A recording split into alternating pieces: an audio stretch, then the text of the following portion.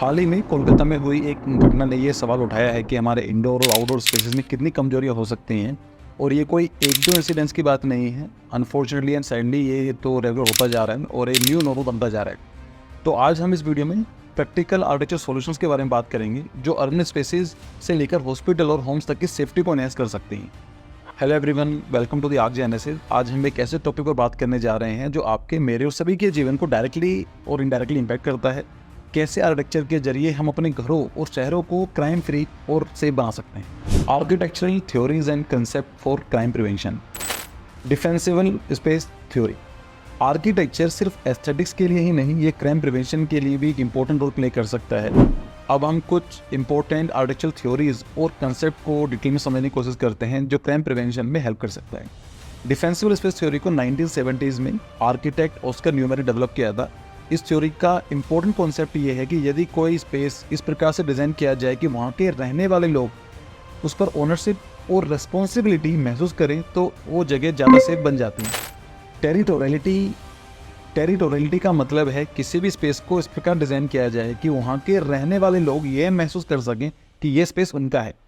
जब लोग उस जगह को ओनरशिप महसूस करते हैं तो वो बाहरी लोगों की पहचान कर सकते हैं और उनको रोकने में सक्षम होते हैं। ये concept boundary walls, fence, clear property lines के माध्यम से लागू किया जा सकता है। नेचुरल सर्विलेंसेस का मीनिंग है किसी भी स्पेस को इस प्रकार डिजाइन किया जाए कि वहाँ से मैक्सिमम विजिबिलिटी हो, जिससे किसी भी क्रिमिनल एक्टिविटी को आसानी से डिटेक्ट किया जा सके। लार्ज विंडोज, ओपन लेआउट्स और वेल लिट पाथवेज नेचुरल सर्विलेंसेस को बढ़ाने में हेल्प कर सकते हैं। एक अच्छी तरह से मेंटेन किया गया और एट्रैक्टिव एनवायरनमेंट ये सिग्नल देता है कि ये स्पेस केयर्ड फॉर है, जिससे वैंडलिज्म और क्राइम की संभावनाएं काफ़ी कम हो जाती हैं। Regular maintenance, graffiti removal and landscape से स्पेसेस की इमेज को बेहतर बनाया जा सकता है। नेचुरल एक्सेस कंट्रोल के माध्यम से स्पेसेस को इस प्रकार डिज़ाइन किया जाना चाहिए कि अनऑथराइज्ड एक्सेस को रोका जा सके। गेट्स, एंट्री पॉइंट्स और पाथवेज को इस प्रकार डिज़ाइन किया जा सकता है कि अनऑथराइज्ड इंडिविजुअल को आसानी से डिटेक्ट किया जा सके। Crime prevention through environmental design, CPTED एक मल्टी डिसिप्लिनरी अप्रोच है जो एनवायरनमेंट को इस प्रकार डिज़ाइन करने पर जोर देती है कि क्राइम की संभावनाएं कम हो सके। CPTED के 4 इंपॉर्टेंट प्रिंसिपल्स हैं: natural surveillances, natural access control, territorial reinforcement and the fourth is maintenance. Practical applications of theories. Portland, Oregon ने CPTED के प्रिंसिपल को अपने अर्बन डिजाइन में लागू किया, जिससे क्राइम प्रोन एरियाज को इफेक्टिवली रिड्यूस किया गया। इस रीडिजाइन ने क्राइम रेट्स में सिग्निफिकेंटली कमी लाई और रेजिडेंट को सेफर महसूस कराया। न्यूयॉर्क के पब्लिक हाउस प्रोजेक्ट में भी डिफेंसिबल स्पेस थ्योरी को लागू करने के बाद क्राइम रेट में काफ़ी कमी आई। लेसन्स फ्रॉम RG कर मेडिकल कॉलेज इंसिडेंट्स। कोलकाता के RG कर मेडिकल कॉलेज में अनफॉर्चुनेटली जो भी हुआ उसने हमें कुछ महत्वपूर्ण आर्किटेक्चर लेसन सिखाए जो हॉस्पिटल्स और सेंसिटिव एनवायरनमेंट के लिए बहुत ज़्यादा जरूरी है। इस घटना ने यह स्पष्ट कर दिया है कि सही आर्किटेक्चर एलिमेंट्स के अभाव में कितनी बड़ी सुरक्षा कमजोरी पैदा की जा सकती है। Lack of controlled access. Hospital में अनरेस्ट्रिक्टेड एक्सेस ने अनऑथराइज्ड इंडिविजुअल को सेंसिटिव एरिया में प्रवेश करने का मौका दिया। कंट्रोल्ड एक्सेस पॉइंट को इम्प्लीमेंट करना जरूरी है। हॉस्पिटल में key card entry, biometric system, secure doors जैसे मेजर लेने बहुत ज़्यादा जरूरी हो जाते हैं। पुअर सर्विलेंसेस सिस्टम की कमी ने क्राइम डिटेक्शन को और मुश्किल बना दिया। स्ट्रेटेजिक लोकेशन पर हाई डिफाइंड CCTV कैमराज लगाए जाने चाहिए। इसके अलावा रेगुलर मॉनिटरिंग के लिए डेडिकेटेड सिक्योरिटी टीम का भी होना इंपॉर्टेंट है। आइसोलेटेड स्टाफ एरियाज खासकर रात के समय सेफ्टी की दृष्टि से खतरनाक हो सकते हैं। स्टाफ एरियाज को वेल लिट और सेंट्रली लोकेटेड स्पेसेस के पास डिजाइन किया जाना चाहिए। Emergency communication system. Emergency situation में कोई कम्युनिकेशन का अभाव सुरक्षा में एक बड़ी कमी साबित हुआ। हॉस्पिटल में एक इंटीग्रेटेड इमरजेंसी कम्युनिकेशन सिस्टम होना चाहिए जिसमें इंटरकॉम, पैनिक अलार्म और direct lines to the local law enforcement शामिल हो। Real world architectural solution to reduce crime. अब हम कुछ रियल वर्ल्ड आर्किटेक्चरल सॉल्यूशन पर नजर डालते हैं जिनमें अर्बन स्पेसेस, हॉस्पिटल और होम्स में इंप्लीमेंट किया जा सकता है ताकि क्राइम को रोका जा सके। अर्बन स्पेसेस के बारे में बात करें तो इनहेंस लाइटिंग। पुअर लाइटिंग से डार्क स्पॉट बन जाते हैं जिनका उपयोग क्रिमिनल एक्सप्लॉइट कर सकते हैं। पब्लिक स्पेसेस, स्ट्रीट्स और पार्क में हाई क्वालिटी LED लाइटिंग का उपयोग किया जाना जरूरी है। नेचुरल सर्विलेंसेस। आइसोलेटेड एरियाज में जिनमें नेचुरल सर्विलेंसेस की कमी होती है वो क्रिमिनल एक्टिविटी को अट्रैक्ट कर सकते हैं। बिल्डिंग्स और होम को इस प्रकार डिजाइन किया जाना चाहिए कि वहाँ से नेचुरल सर्विलेंसेस हो सके। Access control. अनरेस्ट्रिक्टेड एक्सेस से प्राइवेट या सेमी प्राइवेट एरियाज में अनऑथराइज एंट्री हो सकती है।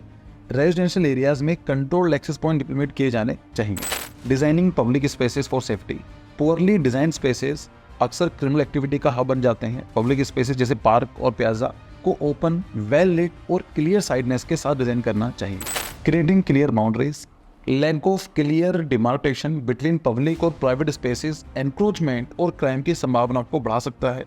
फेंसेस, हैजेस या पेमेंट के चेंजेस को उपयोग करके ये स्पेस किया जा सकता है कि कहाँ पर पब्लिक स्पेस खत्म होता है और कहाँ पर प्राइवेट स्पेस स्टार्ट होता है। Revitalising high crime areas. Neglected या डिकेड अर्बन एरिया अक्सर हाई क्राइम एरिया की चपेट में आ जाते हैं। अर्बन रिन्यूअल प्रोजेक्ट जो फोकस्ड ऑन रिपेयर, रिपेंटिंग और रीडेवलपमेंट, उनसे क्राइम को कंट्रोल किया जा सकता है। Community spaces integration. Lack of community engagement से आइसोलेटेड अनसेफ एनवायरनमेंट का निर्माण हो सकता है।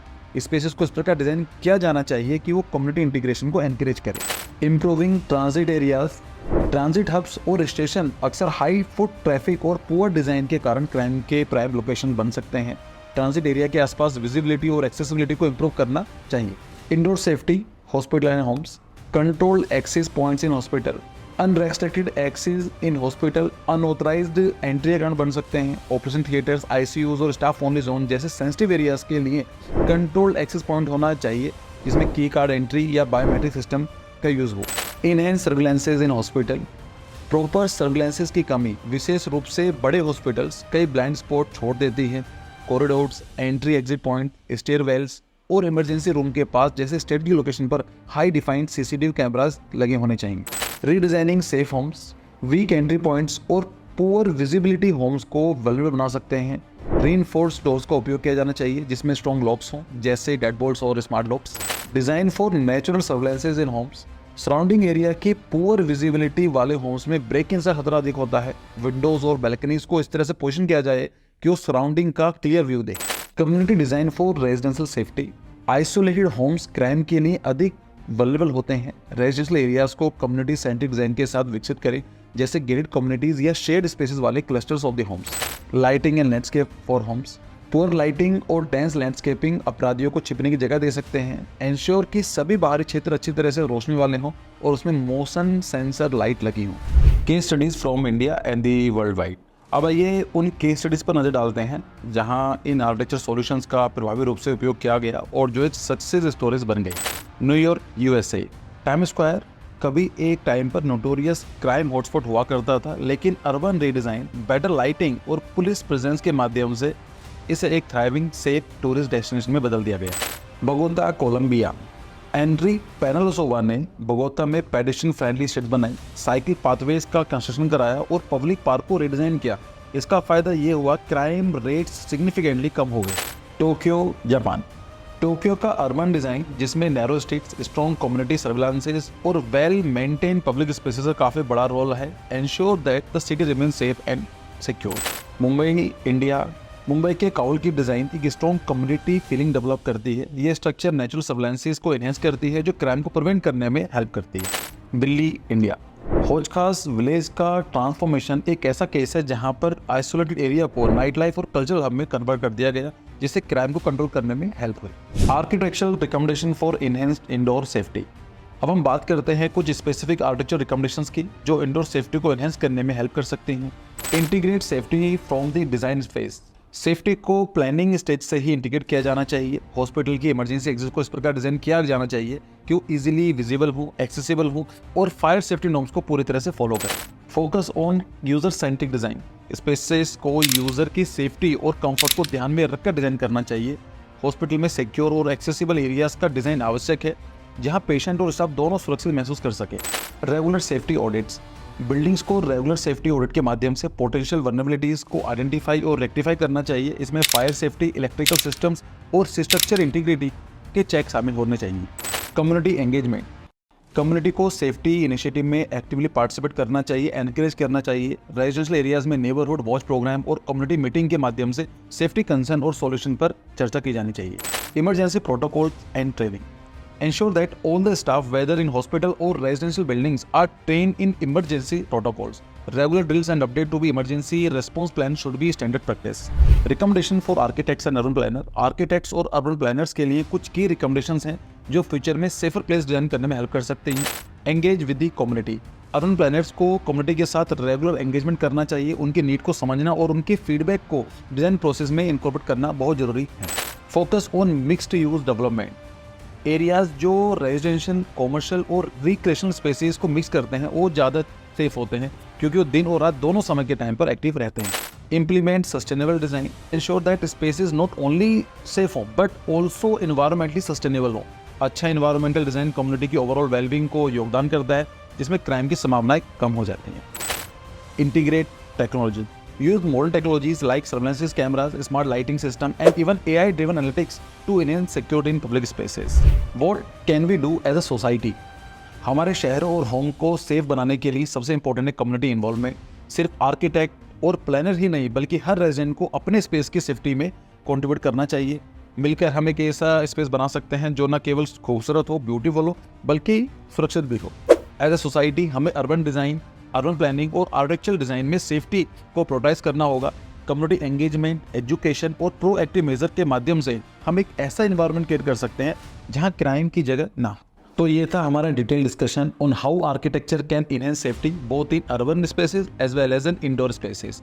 अगर आपको ये वीडियो पसंद आई हो तो कमेंट सेक्शन में अपने विचार जरूर बताइए, और अगर आप चैनल पर पहली बार आए हैं तो चैनल को सब्सक्राइब करना ना भूलें। Thank you for your precious time. See you in the next video. Bye bye.